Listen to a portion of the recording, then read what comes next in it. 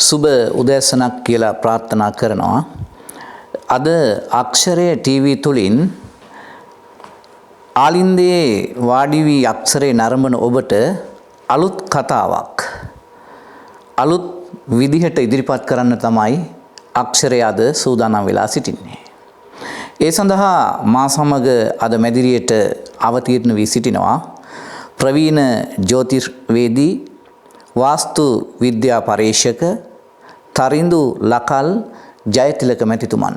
අපි ඔබතුමන් අක්ෂරය වෙනුවෙන් ආයුබෝවන් කියා පිළිගන්න. ආයුබෝවන්.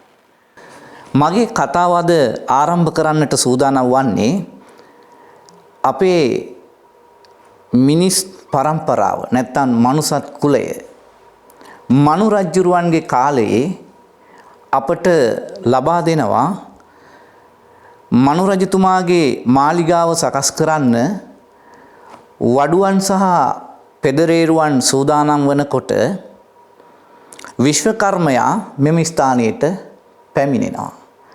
පැමිණිලා මනු රජුරුවන්ගේ මාලිගාව සකස් කළ යුතු ආකාරය, වත්පිළිවෙත්, ගොඩනැගිලි ඉදි කළ යුතු ආකාරය පමණක් නොව වහලේ සෙවිලි කරනකොට වහලයට ඇන ගැසීමේ ක්‍රමවේද පවා විශ්වකර්මයා විසින් වඩුවන්ට සහ පෙදරේරුවන්ට අවැසි උපදෙස් මැනවින් ලබා දුන්නා. ඒ තමයි අපේ ජනප්‍රවාදය. අද තරිඳු ලකල් ජයතිලක මැතිතුමන් සූදානම් වෙනවා අක්ෂරය වෙනුවෙන් ඔබට වැදගත් හරවත් නැනවත් මාතෘකාවක් කතා කරන්න. ඒ තමයි ඇන ගැසීම. ඇන ගැනීම නෙවෙයි ඇන ගැසීම පිළිබඳව අද කතා කරන්නට සූදානම් වන්නේ. එහෙමනම් මම ඔබෙන් මුලින්ම විමසනවා වාස්තු විද්‍යාත්මක ක්‍රමවේද අනුව වහලයකට ඇන ගසන ආකාරය අපට පැහැදිලි කරන්න. වාස්තු විද්‍යාව ගැන කතා කරනකොට ඔබතුමා කියපු ප්‍රකාශයත් එක්ක මම සම්බන්ධ වෙන්න කැමතියි. මොකද මනු රජුගේ කාලේ විශ්වකර්ම දෙවියෝ විසින් මනුෂ්‍ය ලෝකයට දීපු ශාස්ත්‍රයක් හැටියට තමයි වාස්තු විද්‍යාව හඳුන්වන්නේ. මේ අතීතයේ ඉඳන්ම ඇන ගැසීම සම්බන්ධ කාරණාවේදී වහලේ මුදුන් ලීයට යකඩ ඇන ගැසීමක් කරන්නේ නැහැ. වහලේ මුදුන් ලීයෙන් බෙදී යන පරාලවලට යකඩ ඇන ගැසීම හැර වෙනත් කිසිම ආකාරයකින් ඇන ගැසීමක් සිද්ධ වෙන්නේ නැහැ.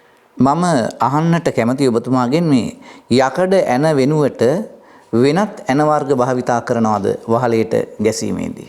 ඇත්තටම යකඩ ඇන වෙනුවට අපි පෑන් ඇණය කියන ඇණය භාවිතා කරනවා.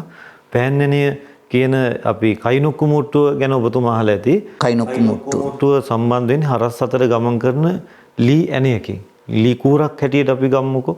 ඒ ලී කූර මේ කයිනොක්කු මුට්ටුවේ ශක්තිය තව තවත් තීව්‍ර කරනවා. ඉතින් අතීතයේ ඉඳන්ම යකඩ ඇණය මුදුන් ලීයේ පිරිද්දුම් සඳහා අපි පාවිච්චි කරන්නේ නැහැ. එහෙත් නොදැනුවත්කම නිසා හෝ නැතහොත් වෙනත් කාරණාවන් මත මේ වඩුබාස්වරු මේ යකඩ ඇණය පිරිද්දුම් වලට යොදන අවස්ථා තියෙනවා.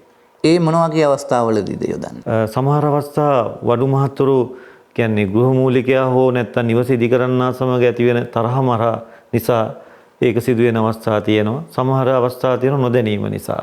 සහ ලේසිය පහසුව. මොකද යකඩ ඇණයක් ඉක්මනින් මේ පිරිද්දුම් දෙකට ගහලා මේ බොහොම පහසුවෙන් එයාගේ වැඩේ අවසන් කරන්න පුළුවන්. සරල ක්‍රම භාවිතා කරලා මම හිතන්නේ ගෘහමූලිකයාට ආපදාවක් සලස්වන අවස්ථාවන් අපට දක්නට ලැබෙනවා. ඒ පිළිබඳව අපි කතා කරනවා පසුවට.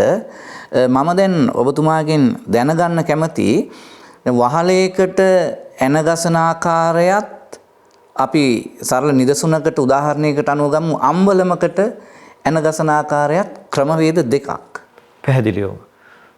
අම්බලමක සඳහා ඇන ගැසීමේදී යම් අවිධිමත් ක්‍රමවේදයක් පාවිච්චි කරනවා. ඇයි ඒ අවිධිමත් ක්‍රමවේදය භාවිතා කරන්නේ? සාමාන්‍යයෙන් නිවසක බිත්තියේ වහලේ සිට සියලුම දේවල් සමමිතික හෝ විධිමත් ආකාරයකින් සිදුවිය යුතුයි. සකස් විය යුතුයි.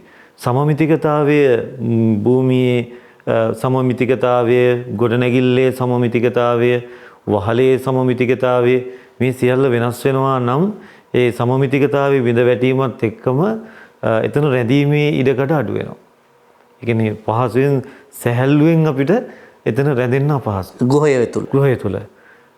ඒ නිසා තමයි අම්බලම තුල අවිධිමත් ආකාරයෙන් පරාල ඇන මේ ලී භාවිතා කිරීමේ දෙන්නේ. මෙතනින් ගම්මිවන එක කරුණක් තියෙනවා. දැන් ගෘහයක් වහලේ සකස් කරන්නේ, ගෘහයක් නිර්මාණය කරන්නේ ජීවිත කාලය පුරාටම සිටීම සඳහා, ජීවත් වීම සඳහා. නමුත් අම්බලමක වහලේ සකස් කරන්නේ, අම්බලමක් කියන්නේ මොහොතක් සිටියා, රැඳුණා, එතනින් ඉවත්ව ගියා. එතන රැඳීමේ අවකාශය ලබා දෙන්නේ නැහැ එන පුද්ගලයාට. නිවැරදි. මොකද සාමාන්‍යයෙන් දවසක් වැනි කාල සීමාවක් පමණක් එහි ජීවත් වීමට තමයි අම්බලමට ඒ ඇන භාවිතා කරන්නේ. ඊටමත් කෙටි කාලයක ජීවත් වීම නැත්නම් ගත කිරීමට තමයි අම්බලම භාවිතා කරන්නේ. පැහැදිලිවම. ඉතින් මේ ලංකාවේ තියෙන සියලුම පැරණි අම්බලම් වල වහල සකස් කරලා තියෙන මේ ආකාරයට. එක්කෝ මුදුන් ලීය කෙටි වෙන ආකාරයට ඒ වගේ අවිධිමත් ආකාරයකින් තමයි ඒ සියල්ල සැලසුම් කරලා තියෙන්නේ. අම්බලම් පිළිබඳව කතා කරන්න වෙනම මාතෘකාවක් අපට වෙනත් දවසක කතා කරන්නට පුළුවන්. මම දැන් ඔබතුමාගෙන් විමසන්න කැමති නිවසක වහලයට ඇන ගසනකොට සමහර වඩු බාස්වරු භාවිතා කරනවා එක එක ක්‍රමවේද. ඒ ක්‍රමවේද අපේ ප්‍රේක්ෂකයන්ට ඉදිරිපත් කරන්නට පුළුවන් නම් මා හිතනවා වඩාත් වැදගත් වෙනවා කියලා.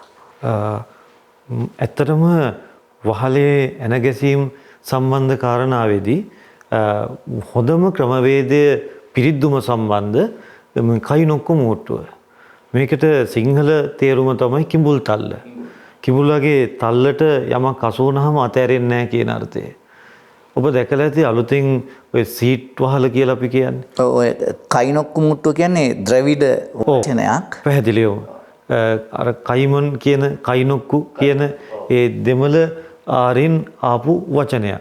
එතකොට මේ ඒ කියන්නේ කිඹුලගේ තල්ල කියන එක තමයි මේකේ නියම අර්ථය. සාමාන්‍ය සිංහල අර්ථයට අපි කියන්නේ කිඹුල් තල්ල කියලා. මේ කිඹුල් තල්ල කියන එක කොච්චර ලීය ඇදුනත් හිරවීමක් වෙන්නේ. මේ හිරවීමට තව තීව්‍ර කිරීමකට තමයි අපි පෑන්නනයක් භාවිතා කරන්නේ. මොකද මේ අතීතේ නම් මේ කයිනොක්කු මුට්ටු හරියාකාරව වහලේ උඩ සිට ගහන්න බෑ. කයිනොක්කු මුට්ටුව සකස් කරන්නේ පොළවේ ඉඳන්. ඒක රූප සටහනක් ඇඳලා ඒකේ අදාළ විදිහට ලීයේ කැපුම් යොදලා ඊට පසුව තමයි ක්‍රමක්‍රමයෙන් වහලේ උඩට අපි ගෙනියන්නේ. හොඳයි. ඇන ගැසීම පිළිබඳව සාකච්ඡාව පුංචි විරාමයකට අපි යොමු වෙන්න සූදානම්. විරාමෙන් අනතුරුව නැවතත් ඔබේ ආලින්දයට පැමිණෙනවා තරිඳුලකල් ජයතිලක සමග මා. තාරකා පෙළහර